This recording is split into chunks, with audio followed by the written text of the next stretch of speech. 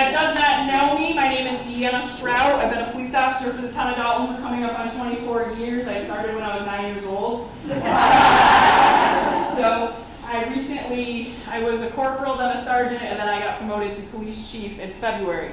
So I'm settling in nicely, thank you. And with me I have Sergeant Pizzella, he's our sergeant assigned to the day shift, and Bill Shavit, who is a cybersecurity engineer. So the three of us are going to get our information on today, and we're going to talk about scams and fraud and different internet safety type of tips. We have a bunch of handouts, we have a PowerPoint, and really we want you guys to feel comfortable asking us questions. So things that maybe you've heard or seen, or things you need some clarification on, that's why we're here. And there's snacks, I hear, so we always like snacks. But somebody better brought donuts, I don't know. Keeping that stereotype alive is my job. So we will get started. Do you want to start? And introduce yourself, maybe? Oh, sure. I mean, I said who you were, but you're fancy, so.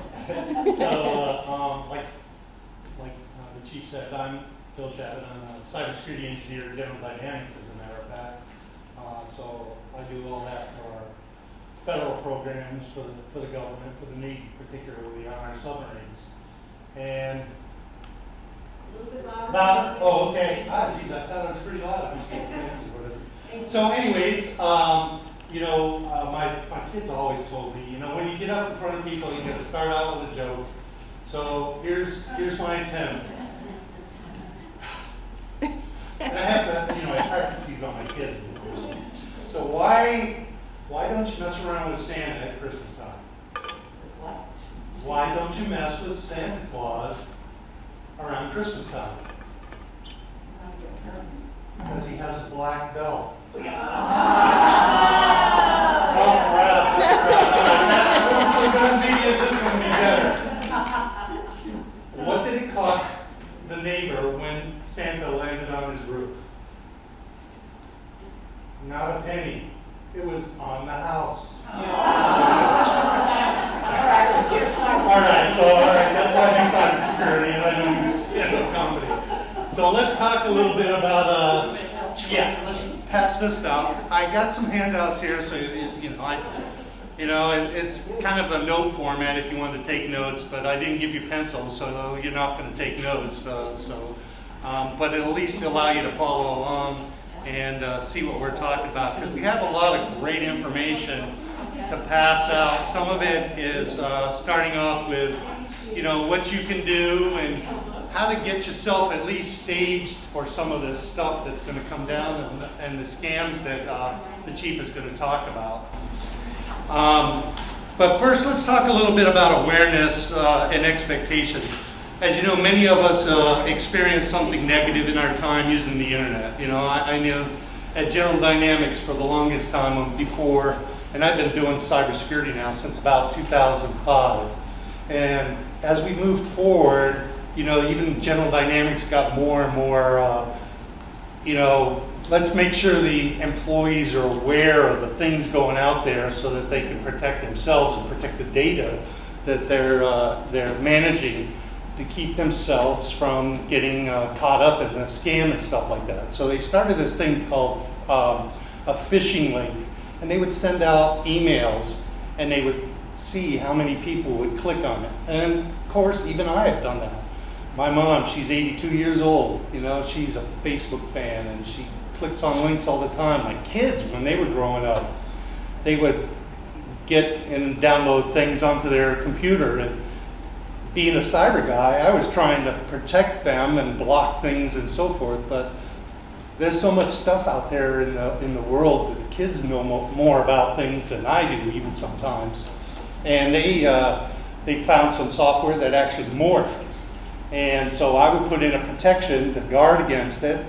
The software would morph, and then they would find another way to get somewhere else. And so, boy, it was a challenge as a parent, as well as somebody who's a cybersecurity guy, to keep up with my kids even. So there's a lot of things going on, and all we're going to try to talk about is some things as we go forward here that you can better make yourself more aware of things and protect yourself. So first question I'm going to ask is how many of you have cell phones? Perfect. How many of you use a computer? Same thing.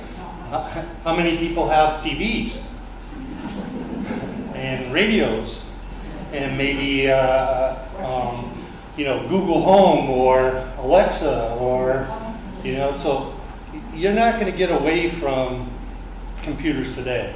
And there's so much stuff and technology keeps advancing and moving forward here. Who knows what the next 10 years is going to be like as far as cyber goes. But there's a lot of risk out there every time we connect to all these things and we start talking about things. And let's see, what else? How about movies and how many stream? Anybody stream? Watch Netflix or Hulu or any of these other? Yeah, okay. So I'm going to talk a little bit about understanding the cyber world, so to speak. So how many people know what malware is? Anybody? Okay, so malware is you download something. There's things called 0 days where you can download stuff onto your computer and it just sits there. And then at some point it clicks and it does something to your computer. And that's called malware. It does something, it may scramble things, it might give you a warning, it might lock out your computer, it might do things. And that often happens when you click on a link that you're not aware of and it downloads onto your computer. So I'm not going to try to scare you, I'm just going to try to make you aware of some things here. Most of the time, we're not as vulnerable as obviously some place like IBM or the hospitals or anybody else, and they've got lots of mechanisms in place to protect themselves. But this is just to make you aware of some of the things that are out there. What about phishing? You know what that is? It's kind of phishing just like you would for trout or something, or catfish or something, but it's now called PH phishing instead of FISHING. So, and I'm sure Chief Strout and the Sergeant will both talk a little bit about that. And then there's a thing called the cloud. It's kind of the big thing now where everything, we used to have servers and everything used to be stored on hard drives and everything used to be stored centrally located on the machines that you were working on. Now they have this thing called the cloud where Facebook and all these other companies will now upload things to some entity out there, and you can go back up there. OneDrive is another example where you can go back and you can download those pictures and everything that you have as going forward. And then Wi-Fi. Everybody probably connects in some manner to Wi-Fi and connects to their home network, and there's some things that you can do to protect yourself there. And then there's a word called app, and I'm sure everybody has downloaded an app at some point. It's short for application. So if you have an iPad or Windows or anything like that, you're downloading an application every time you want to execute something. You have the house, for example, the operating system, and inside there you have rooms, and you can use the applications as an example of a room. So you want to go in this room, you click on that button, and it allows you into that room, and you can do whatever you want. You can edit pictures, you can do things, whatever, or you can go into another room, and you can execute Word, for example, and do Word documents and things like that. So an app is kind of is a tool that you use to do whatever you want to do. So those are just some examples of some terminology. So malware protection, if your computer becomes infected and you can't get rid of that malware, something happened. You get an adware and it says you need to reboot your system or you need to do something, then at that point, you may end up having to talk to somebody. You might have to clear out that adware. You might have to do something to get back to where you were before. But they're pretty nasty stuff out there sometimes, and so what you can do to protect yourself is, one, if you have an antivirus on your software, keep it up to date. Okay, so antivirus is really, really important. There's Symantec, you might have heard Symantec, Windows Defender, you might have Norton Antivirus. all those, that antivirus, if you keep it up to date, it's designed to try to catch the bad stuff as people brain develop it out there. The next thing is security updates. So you have your operating system, you have your internet browser, you have the software that you have, and you have antivirus. And all those require security updates, patches, because a lot of this software, the world is out there, and there's experts out there that are constantly looking at this stuff, and they find a vulnerability or a hole or a way to penetrate into that software and do something with it. So if you patch your operating system and you're patching your internet browser, you're patching all your software as your software is telling you to do it, that's your best defense right now. A lot of people will sit there and go, I'm going to blow that off right now. But it's actually trying to protect you, so you should be downloading and having your software, and a lot of times the software or your computer will do it automatically, will apply these things. It'll say, I'm going to apply this at midnight at night, while you're asleep or something like that. Or when you boot it up and turn it on in the morning and you go to use the computer, it'll apply those patches as well. So, but you want to make sure that you're trying to constantly keep updating your software so that those bugs are fixed and it blocks somebody from executing a code or something based off of the old previous software. Everybody understand that? Okay, great. And passwords. I always like to talk about passwords. ZDNet said the #1 password that they still find on computers is what? Anybody have a guess? Password. What's another one? 0, 1, 2, 3, 4, 5, 6, 7. The second one after that is 0, 1, 2, 3, 4, 5, 6, 7, 8. Or 9. So I'll tell you, give you an example of something that just happened not too long ago at St. Agnes. They had to reset an iPad, and the person that had the iPad was like, can't understand, we can't figure out what the password is to get into the iPad. Do you have a clue? And I said, not really. I says, it's been reset. I don't know what that is. Try 0000. Punched in 0000 and it booted up. So, you got to stay away from those common things. So how do you set up a password? Well, the standard is 8 words, or 8 letters.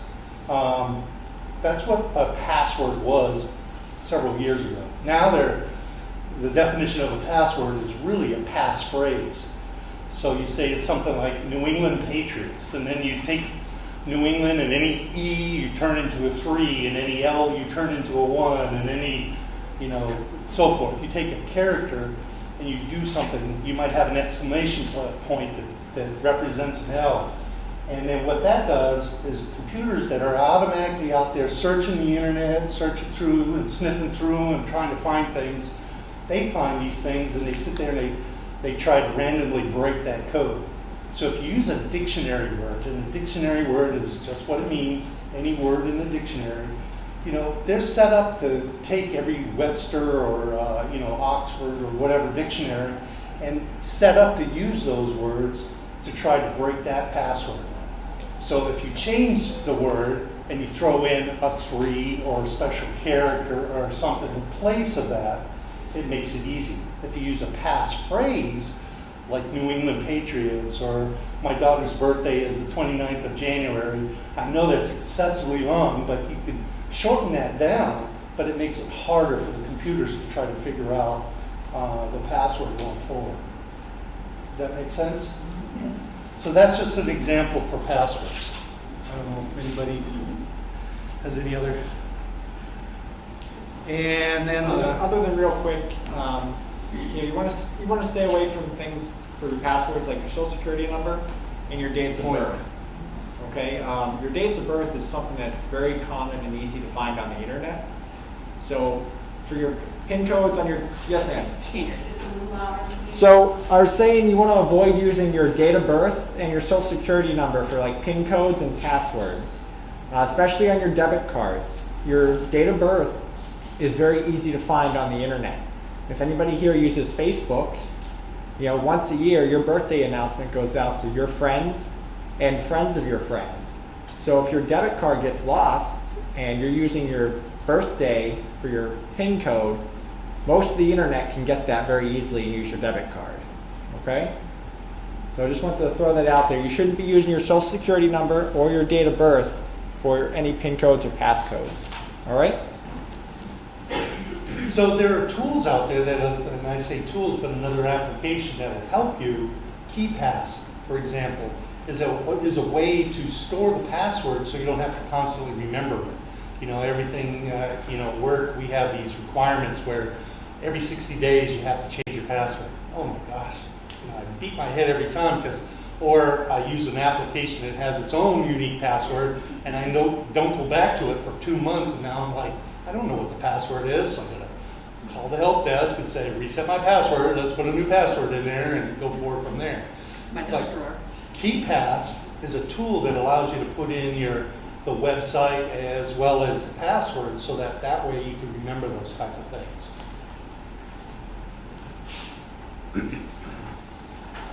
Open Wi-Fi. Yes, ma'am.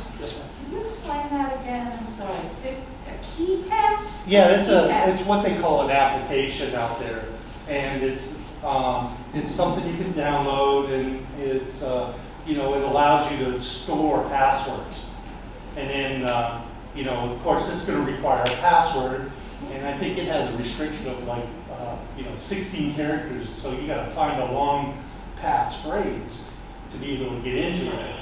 And then once you get into it, it'll remind you, now I remember what that password is. And then you can go in and click on the website, what we call URL, click on the website, and then you can enter in your password. And then that'll work as well. So you're saying this is a good thing to have? It's a good thing, yes. There are tools out there that'll help you do that. Apple has its own. Apple, you're right. Also, if you've got to do a computer, a lot of times your computer will store those things themselves, and that will help you too. Okay?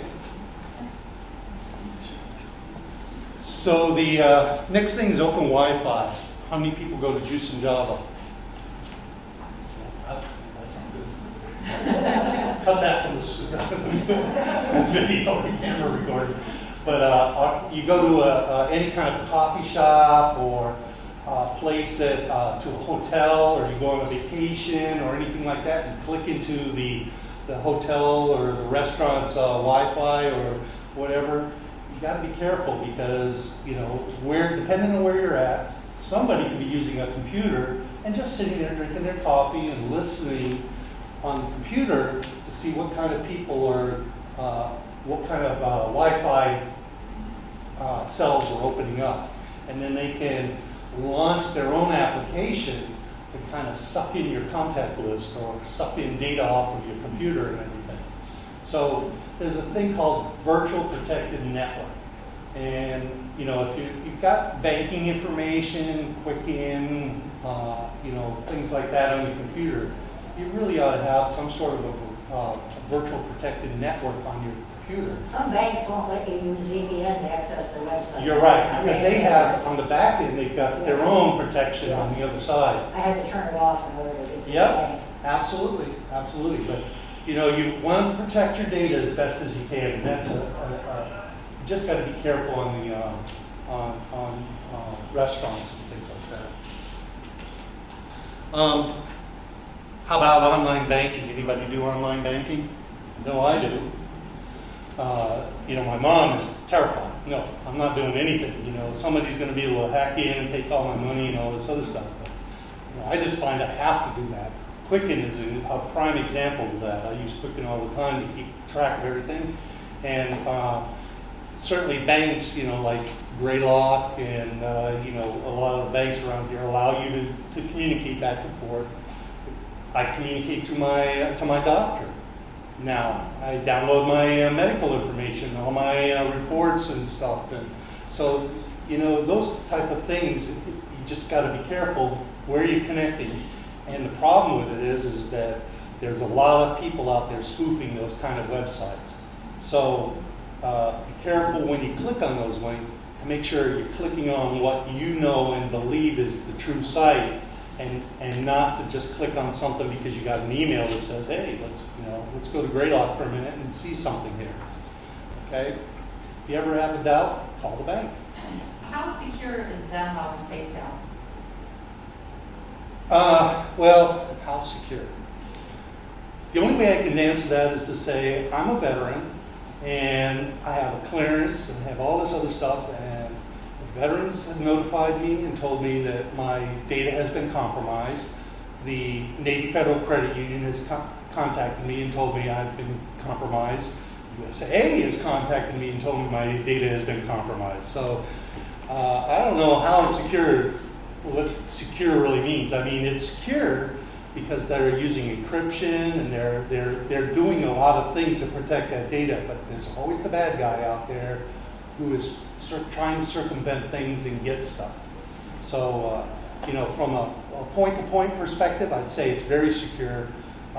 But there's always risk anytime you do anything nowadays on the internet.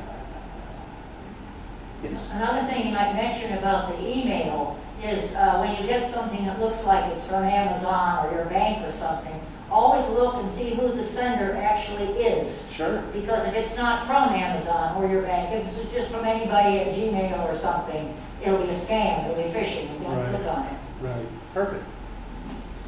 And I think at this point, I'm turning this over to Chief and Sergeant. So what we see, can you hear me okay? I never realized how bad my hearing was until I started having to wear a mask and everyone around me wore a mask. Because then I got my hearing checked because I realized I really watched people and how they spoke. So I'm very aware that it's hard to hear and understand when you can't see someone's face. So we actually see a lot of scams here locally. So fake emergencies is probably one of our biggest ones. And what people do is they target people they think are older. They will call and say, your grandson, your granddaughter, and they're guessing. They're guessing. And how many of you have a grandchild? Okay, how many of you have children? A lot of you, right? So when someone calls you and says, your son was in a car accident, you get scared, you panic, and you just instantly believe what they're saying because you're afraid. That's why they do this. They catch you off guard and they get you to do things that you wouldn't do because that's what they do. If they were bad at this, there wouldn't be a scam class, right? They're very good at it. So they'll tell you that your grandson has been arrested, your child was in a car accident, and they're going to try to get things from you based on that fear. That's why they do it. So we actually see that. How often do you think they say that? At least once a month. Yeah, I mean, it's pretty commonplace. We see it more than you would think. So we see that one, and the other one we see is gift card scams. So someone will call you and they will say, and I know there's another slide coming up on this, but I'll go through what we do see. They will say, hey, you have a virus on your computer. If you give me a gift card for payment, I can clean that up for you. Gift cards are not a way of payment. So as soon as somebody says to you, you can pay me with a gift card, goodbye, because it's a scam. And nobody's monitoring your computer for viruses. So that's something you have to realize. No big brother is out there watching your computer, is going to pick up the phone and call you and say, hey, your computer has a virus. That's a scam, just hang right up on them. And the difficulty for us, and I know you can talk more to this than I can, is they'll call from numbers that we can't trace. They're good at this. They're good at it. And you guys have to realize people get embarrassed. We had a case where a person locally fell for a computer virus scam and bought $9,000 worth of gift cards. And he just kept buying them, and he just kept giving them to him. And he would give the numbers to the guy on the phone. And this person is not dumb. He's not dumb. It sounds it, right? He's not. These people are really, really good at what they do. So, and then the problem is people get embarrassed, especially generational people that are older. They get embarrassed because you don't want to feel like you're not dependent. You don't want to feel like, oh, I'm so foolish and I'm so embarrassed. It happens all the time. And again, they're so good at it. That's why we need you to tell us what's going on, because that way we can help. And we don't mind. That's what we do. So, but it's very difficult to track a lot of this stuff. And again, you can talk to that. Sergeant Bozzella is our technology crime investigator. He's so much smarter than the rest of us. It's amazing. We all know it. We just live with it now. Like the things he knows that I don't know, it's incredible. But the first step is admitting that someone's smarter than you. It's all good.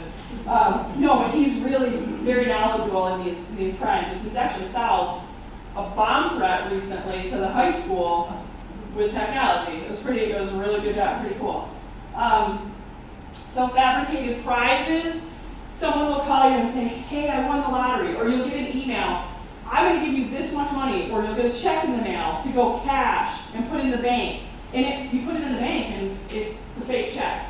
And what happens is they want you to give them money. So here's $5,000, but you give me $2,000 and you can keep the $3,000. Well, what happens is people go to the bank, they deposit the check, they send out the $2,000, and the check was a fake. So 4 or 5 days later, the bank calls you and says, hey, this check was fake. Well, you've already given the $2,000 and you're out. And it's not traceable for us. So things that are too good to be true are. Just remember that. Nobody's going to be just finding you and giving you $5,000. And if they do, let's make friends with them.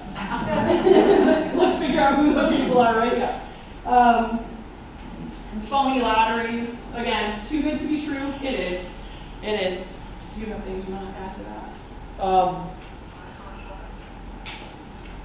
If you receive a check in the mail, my advice is look at it closely before you deposit it.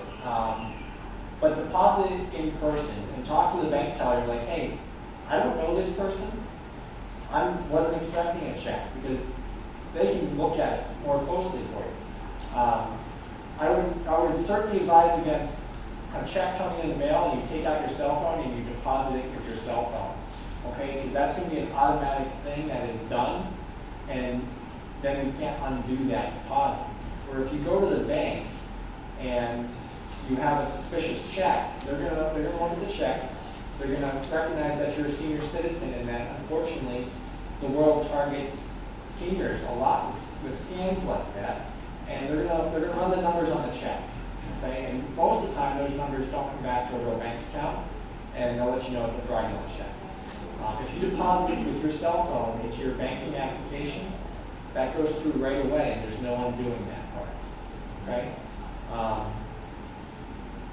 The gift cards that the Chief touched on, it is not a legitimate payment. Certainly going to Target and using a gift card in the store is legitimate. But you can't pay your electric bill, your gas bill. You can't pay BMC with a gift card.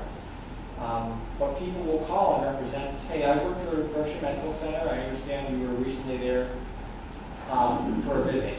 How many people went to Berkshire Medical Center this year? Right? A lot of us might have. I have.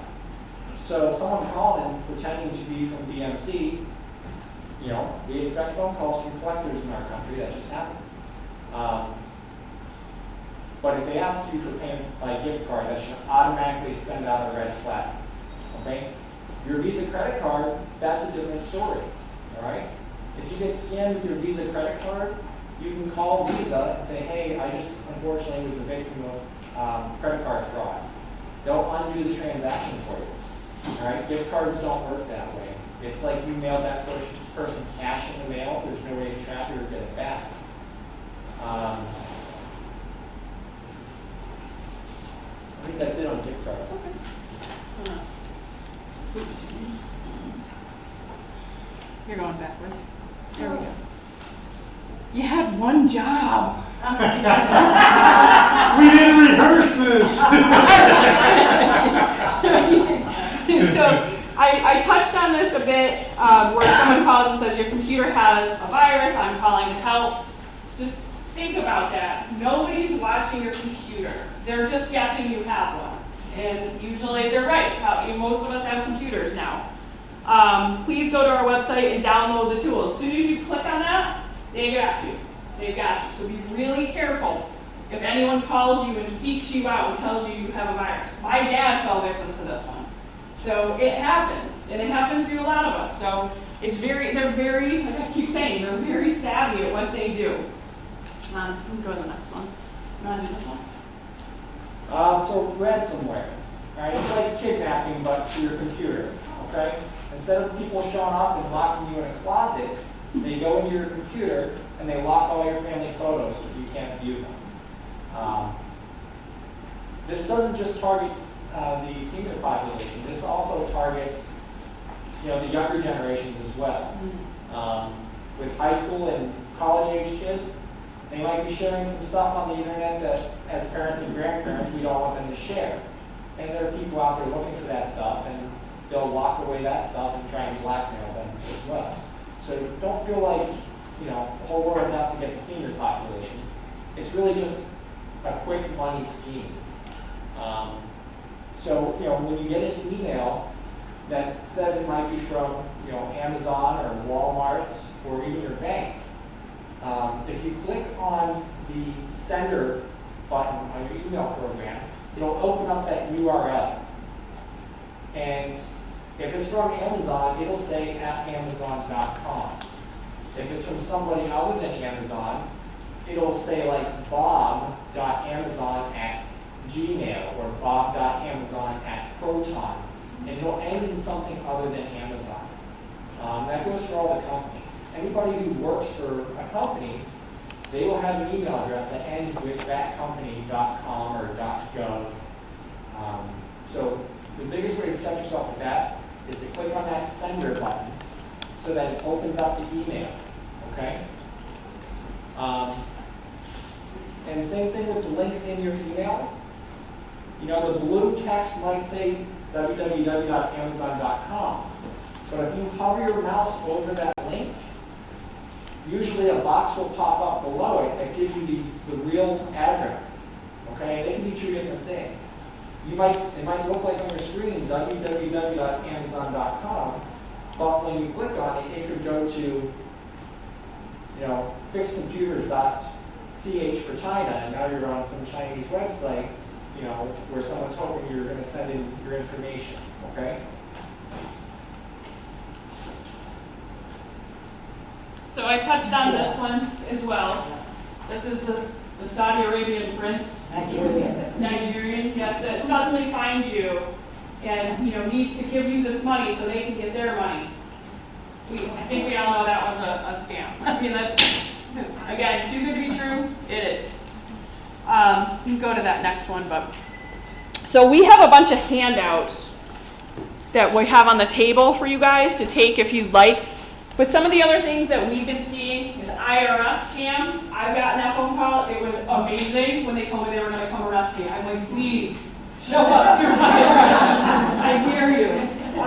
But they do. They call and they pretend to be from the IRS and they say, if you don't pay this right now, and they put that pressure on you so you feel like you have to act right this second or you're going to be in trouble. It's all scams. They're not going to come arrest you. The IRS does not arrest people. They hurt us other ways. They take our money, but they don't arrest you. Same with Social Security. Nobody should be asking you for your Social Security number by email or the phone.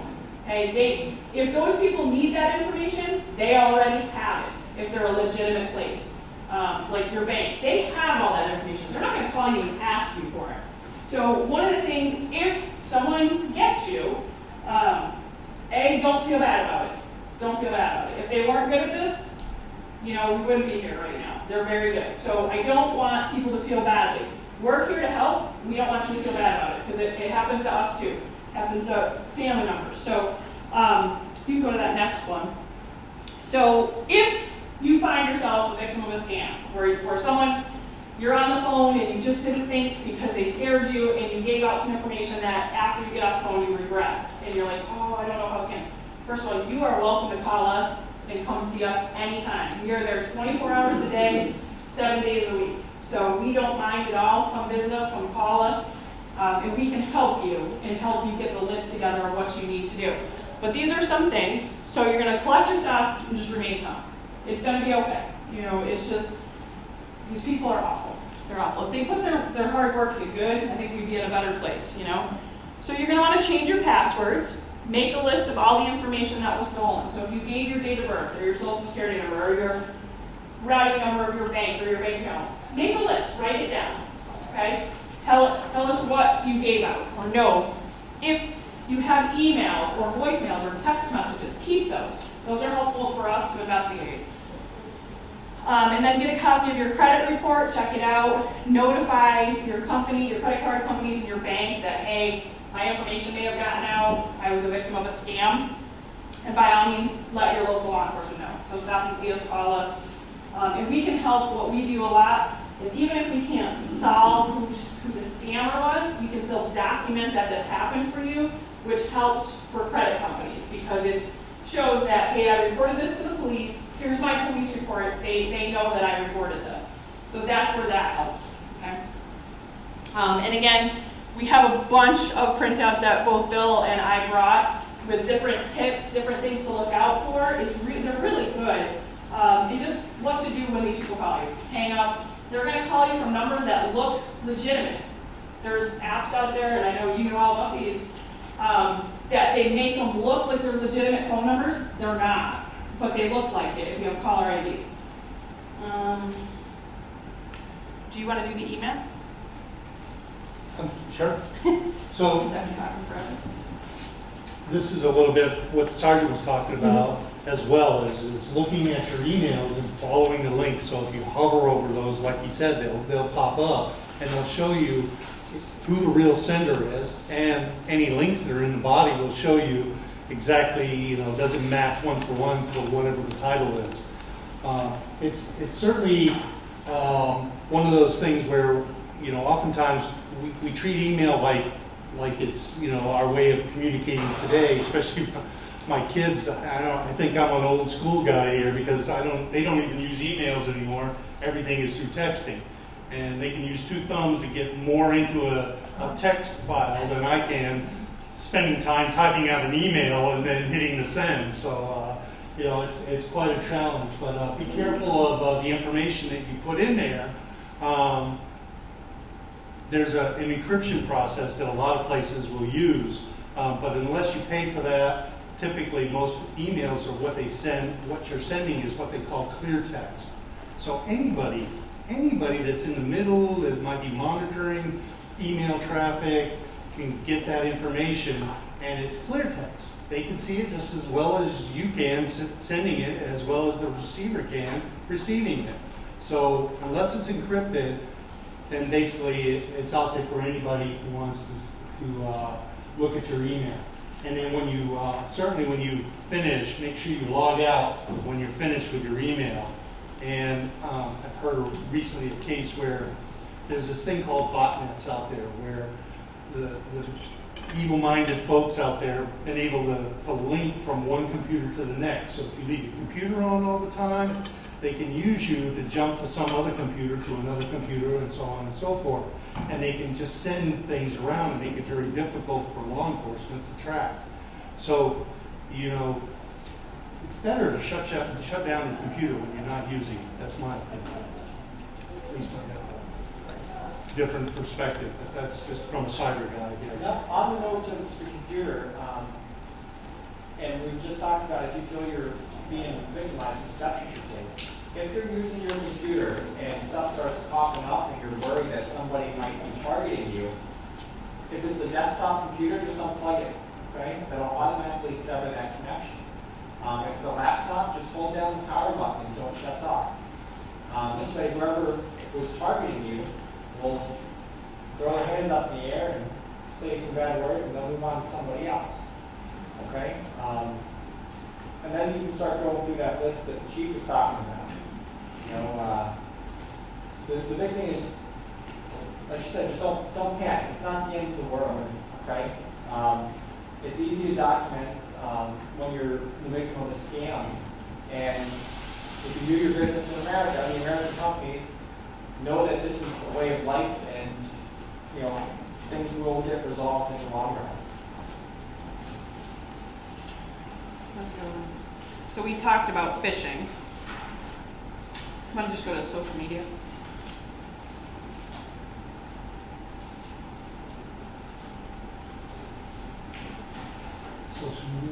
it. There it is. How many of you use some form of social media? Facebook? Few of you? Okay. One of the things with social media is we have a tendency in society today to put way too much information out there. And we think that we're friends with all these people, but I have 3 kids. I'm constantly telling them, don't share things online that you don't want people to see, because you think that it's just your friends, but your friends will share it. You know, don't tell my mother-in-law I said this. She shares everything. She will go on my kids' Facebook pages and she shares everything it goes. So then it goes to her friends and her friends and her. So, and not that she has any malicious intent, but she just doesn't. You know, I try to explain that to my family members. Don't put out there which you wouldn't be happy with on a billboard in Coalsville, because that's where your privacy is. It's everyone can see it. The other thing is, I went to a training quite a few years ago now. And they did this demonstration, and I have never forgotten it because I couldn't believe what I saw. So the guy's up there, and he says, how many of you have social media? And all of us, of course, raised our hands because that's the age we all were in. And he said, show me a picture you posted recently. So this person gets up and shows a picture of their child that they posted. He was able to find where that kid went to school, what grade they were in less than 3 minutes, just by the photo. So it's dangerous. I mean, I'm not saying don't do it, by all means. I have social media, I like it, but I'm pretty careful about what I put out there. And then the newest trend, how many of you guys have seen, if you use social media, everyone posting their kids' first day of school with a little sign that says, first grade at Craneville School. What does that say to a potential predator? Exactly where your kid goes to school, what grade they're in, and how old they are.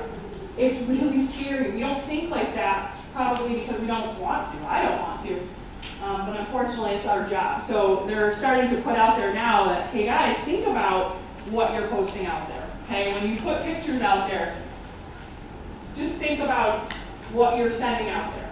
You know, and always think about that example I gave you. Would you want it on a billboard in Coalsville? Because that's about the privacy level you have when you post things on social media. Do anything you want to add to that? You know, we don't really see a lot of elderly people being targeted in person. But if you use an app, like a walking app or something that tracks who you are throughout the day, you're going to want to go into your phone and make sure that your location is disabled. For things like when you take photos and when you're walking around town, maybe by yourself. Our phones, can do a lot of stuff. And one of the things they do is when you take a photo, it attaches data to the photo, which it can include exactly where that photo was taken. And a lot of apps that senior citizens start using as they get older are things to organize their lives, right? How many people in here have a grocery app for organizing their groceries or a planning app? Do you? I know. If you do, can you show it to me? Because I do that in my life. Instacart. Well, say you have an app that helps you at Price Chopper, right? Well, that app might connect to your social media and announce that you go to Price Chopper every Friday of the month. Okay? If somebody was looking to, find out your lifestyle, social media is really the best way to do that. And as she's saying with our children, we also have to think about ourselves as, possibly becoming victims of a predator. Okay? So when you have your cell phone and you get a moment, go in your settings. And there's an area in your settings called location. And go in there and make sure that you're not oversharing stuff about where you're taking photos and where your phone is announcing to the world. Hey, I'm having lunch today at Do Some Job Lessons. Everybody raise their hand. We're all going to have lunch at Do Some Job, right?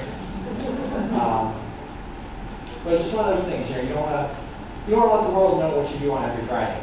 Okay?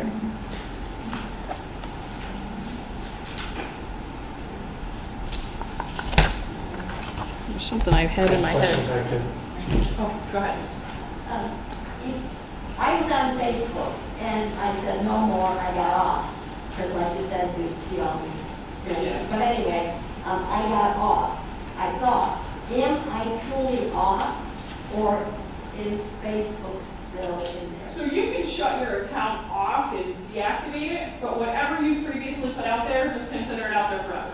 That's the thing with the internet. Anything you put out there is out there forever. It's something that we all teach our children because, you know, when they go to apply for college or jobs, stuff like that, if they put some bad things out there, and we're seeing that in the cancel culture today, things that people said 10 years ago now comes back to haunt them, or 30 years ago comes back. So just consider, you know, you can shut your account down and no one will be able to find it necessarily. So I think you're pretty safe, but you know, we say these things not because we want to scare anyone, just awareness. And, you know, we're happy to answer any question at any time. And, you know, if I'm not there, he definitely is, and we have Officer Miller and Officer Litz back there as well. We are all happy to help. If you have a question, listen, that's why we're here. You know, we want to help. We're not just here to arrest people and do all that, as much as we all like to do that.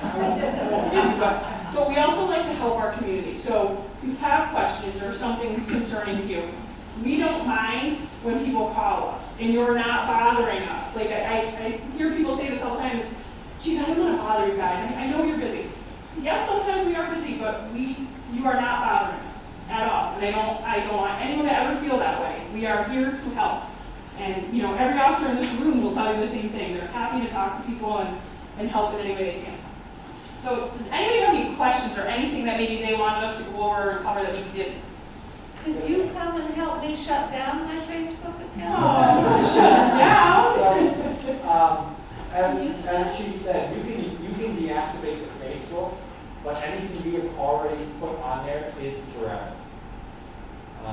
There's a thing on the internet called the Internet Archive. Okay, and that allows you to go back and look at websites from almost the very beginning of the internet. You know, so when you see like famous people, they tweeted something 5, 6, 7 years ago, and times change, and they try and delete the tweet. Well, the news companies find that original tweet from 5, 6, 7 years ago, and unfortunately, that's the way your Facebook account is as well. So you can certainly stop using it now, so that newer stuff is no longer circulated. But unfortunately, everything that you put up online in the past, there's a copy of it somewhere in the world. Yeah, like what if a person dies and they're still out there on Facebook? How can you get rid of that? So family members can do what's called memorialize your account so that people can't post to it, but they can still log in and, you know, look at photos and stuff that you posted and remember, you know, your life on Facebook. Memorial? Yes, for memorialize. You can also designate a family member to Correct. take over. Yes, it's a great idea. You can do that as well, yes. It is a great idea. It's nice for people to be able to still look at those things.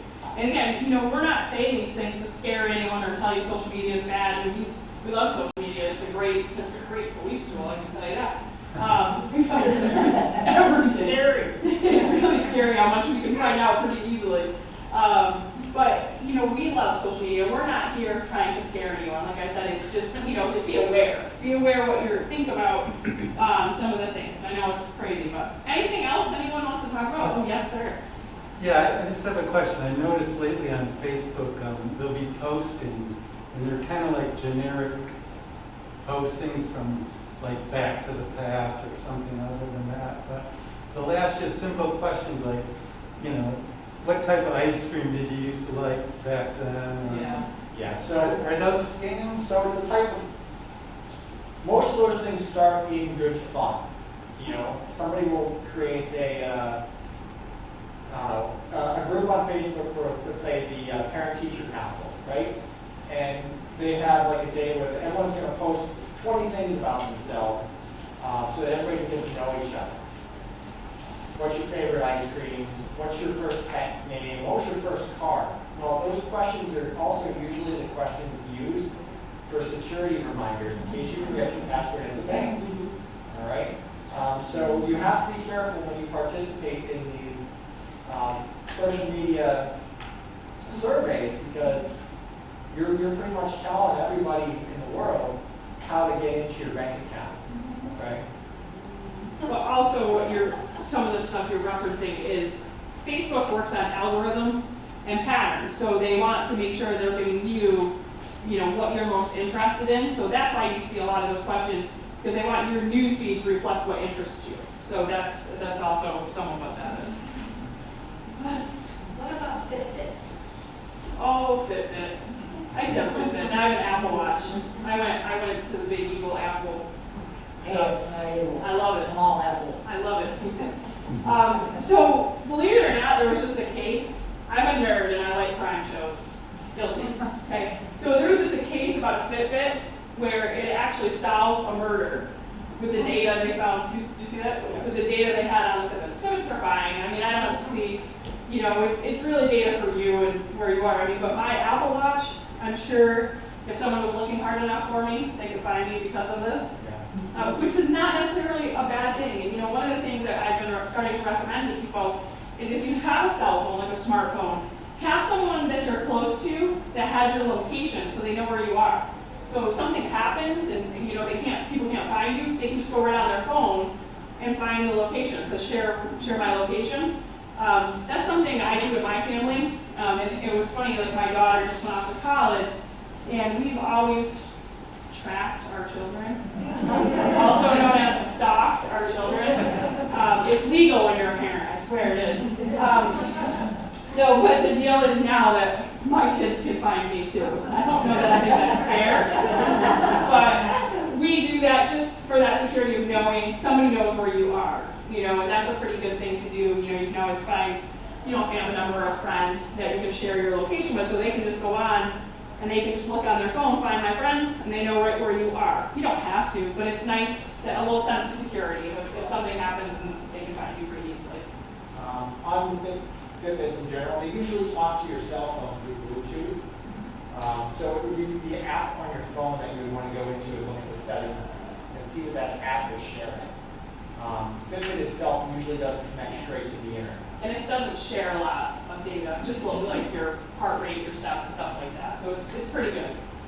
I mean, that I used to have and I loved it. Yeah, so do you connect yours to your cell phone, I'm guessing? Or your computer, maybe? Yeah. So it's the program on your phone or your computer that you want to go through and check the settings. Okay?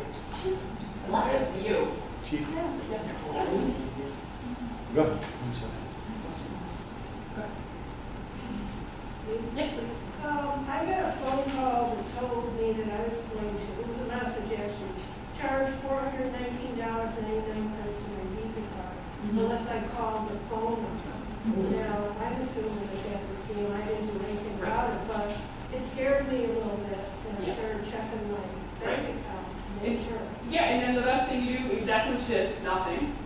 Call the Visa card directly, because on the back of your card, there's always like a 1-800 or 188 number, and you can call them directly, or if it's a Visa bank card, just call your bank and see if they know anything about it. And generally they don't. We see a lot of EverSource scams as well. They'll call and say, your electric bill is going to get shut off if you don't pay $500 right now.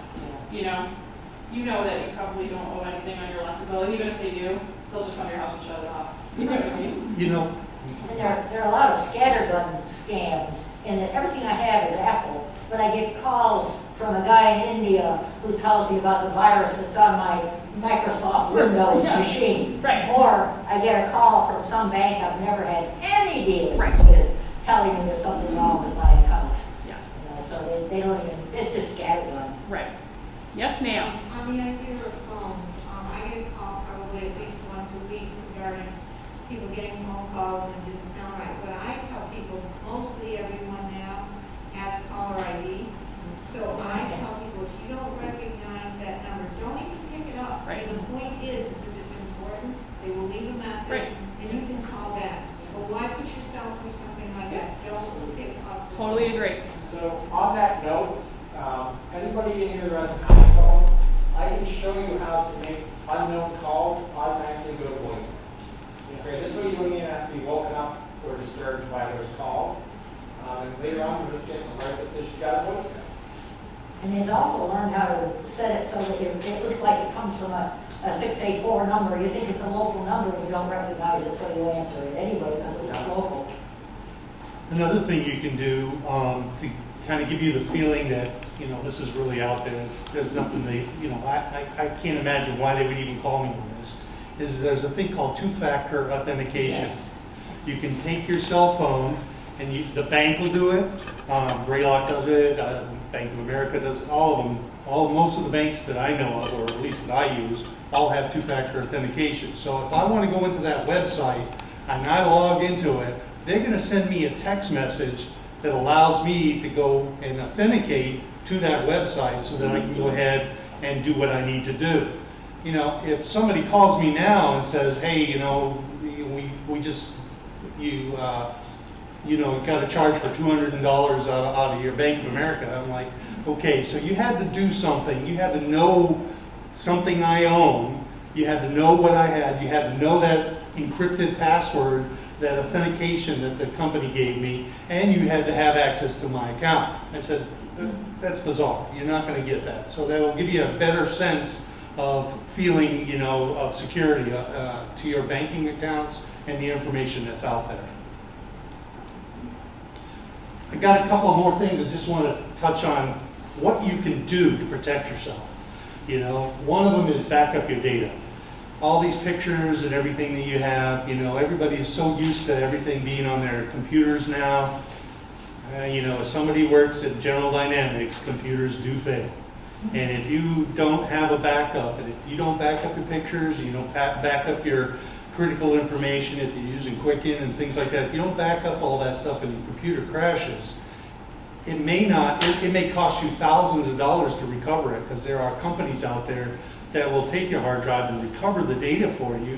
They may not get all of it, but they'll get a good portion of it back, but it costs thousands of dollars to do that. Whereas you can go to Staples and get a hard drive and back it up, and you know, it's a lot cheaper that way than worrying about it. Especially all those family photos. You know, when I, probably maybe 10, 15 years ago, I used to print out everything, you know, and put them in photo albums and everything. Now, because I take so many pictures and my kids take so many pictures, there's no way I could keep up with that. So they're all on a hard drive, you know. So periodically, I back my pictures up. It's so funny that he says that, because my youngest daughter keeps telling me that she thinks she's adopted because she doesn't see pictures and photo albums of herself, because you older two are just old enough that we didn't have social media and all that then. And they,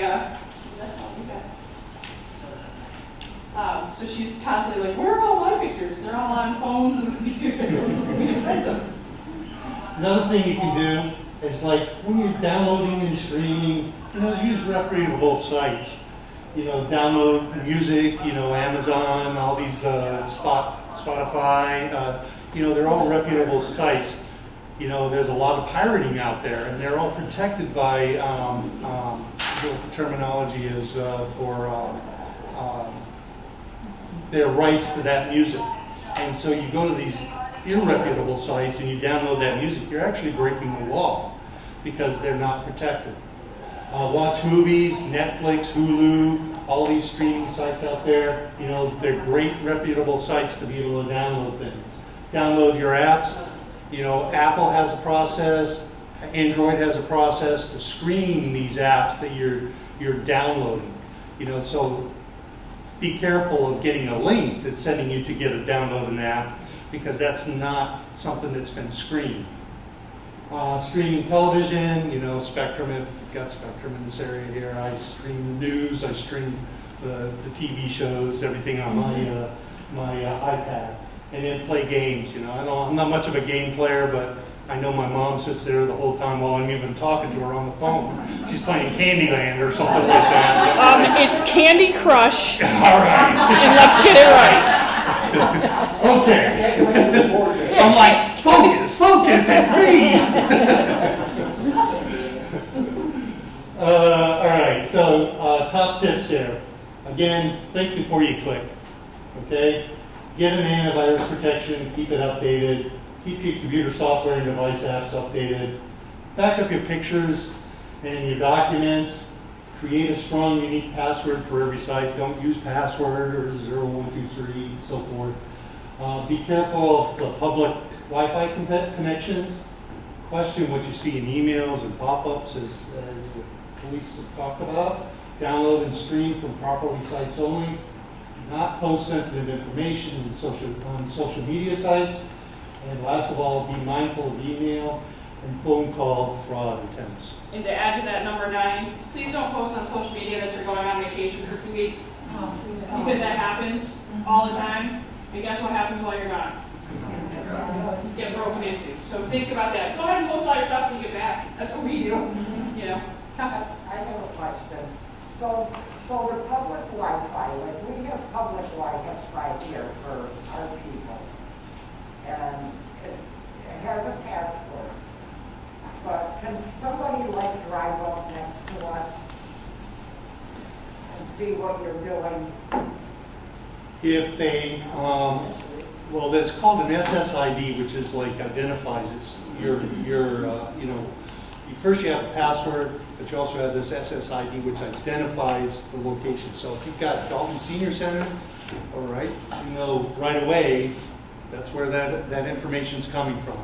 Then if they have the right tools and stuff, they could hack, and depending on the password, again, if it's a complex password, uppercase, lowercase, 8 characters, so forth. If it's a strong password, then they're probably not going to waste their time on it. But there are guys that I know at General Dynamics that do things like Wi-Fi monitoring or just RF monitoring, and they can track things, and they could use your location, you logging in, and things like that back and forth to find out what you're doing. Is that likely? Probably not. I mean, mostly what people are looking up here is like a pattern or something, and then they print it from, send it to print and stuff. So they're not doing anything. Right. Chief, They're not Sergeant. coming in No, and totally. doing the backing. Nope, totally agree. So the Wi-Fi here is, COA, so just general person driving by, they're not gonna know that means Council on Aging. And you have the password. Right. So, somebody would have to, more likely than not, come into the building to get the password. Would it be worth changing the password once a month? Yeah, that would be a good thing to do. Have your network person change the password once a month. This way, if someone stops by, with their grandparent or their parent, say in February, but now times are hard and you're like, oh man, I haven't had a job all year and I need some money. They can't sit out in the parking lot and access the Wi-Fi because you change the password every month. It's not in the senior center or council on aging, which would be a red flag. But I think, it doesn't hurt to change the password here once a month. Kind of what I was talking about before when I was talking about like a restaurant or a hotel is they're open, there's no password.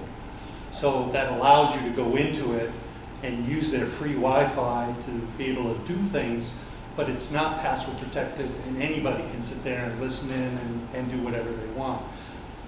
If you notice, like even going to Patty's or whatever, they have an open one and then they have a secured one for the staff and everybody else. So Ours is that way too. right. So there's a firewall. Right. For computers are secure. Right. It's just the open, or the free Wi-Fi for our guests Sure. is not. Okay, anybody else? I am never someone who withholds snacks from people, so and I feel like I'm starting to do that. Please don't forget there are lots of good handouts on that table that you can take with you and just look at them. Thank you guys for having us.